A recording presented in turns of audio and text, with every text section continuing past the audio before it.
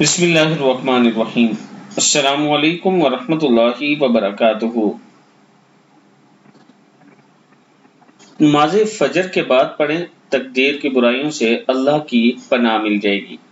یعنی اگر آپ کی تقدیر میں کوئی برائی ہے، اگر آپ کی تقدیر میں کوئی ایسی چیز ہے جس سے آپ اللہ کی پناہ چاہتے ہیں تو یہ دعا ہر روز نماز فجر کے بعد پڑھیں اور اللہ تعالیٰ آپ کی تقدیر کو بدل دے گا۔ اللہم انی اعوذ بک من شر کل جبار عنید وشیطان مرید ومن شر قضاء السوء ومن شر کل دابۃ انت آخذ بناصیتها ان ربی علی صراط مستقیم۔ اے میرے پیارے اللہ، میں آپ کی پناہ لیتا ہوں ہر ضدی سخت انسان سے، اور آپ کی پناہ لیتا ہوں سرکش شیطان سے، اور آپ کی پناہ مانگتا ہوں برائی لانے والے فیصلے کی برائی سے، اور آپ کی پناہ مانگتا ہوں ایسے زمین پر چلنے والے سے جس کی پیشانی آپ پکڑے ہوئے ہیں۔ یقیناً میرا رب سیدھے راستے پر ہے، سیدھا راستہ دکھانے والا ہے۔